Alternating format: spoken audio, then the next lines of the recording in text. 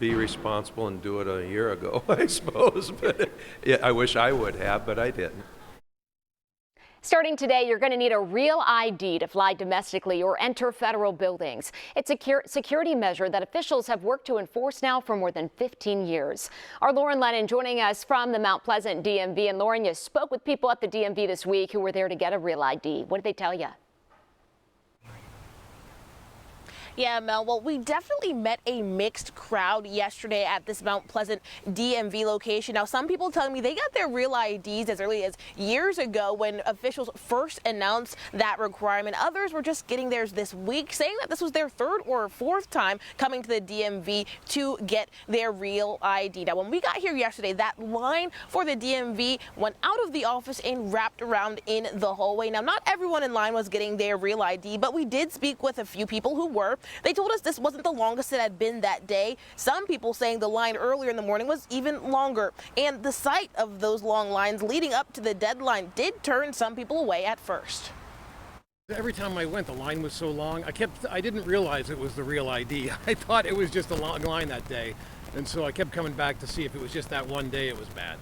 I came here the other day and it was 2 hours to, get in here to even see the person at the desk.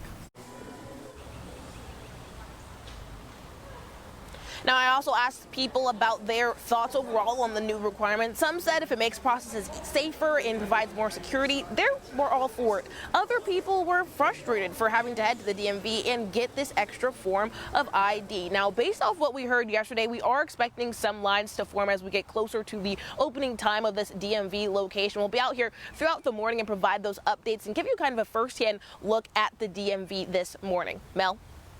And Lauren, you also spoke with TSA officials. What do people at home need to know this morning?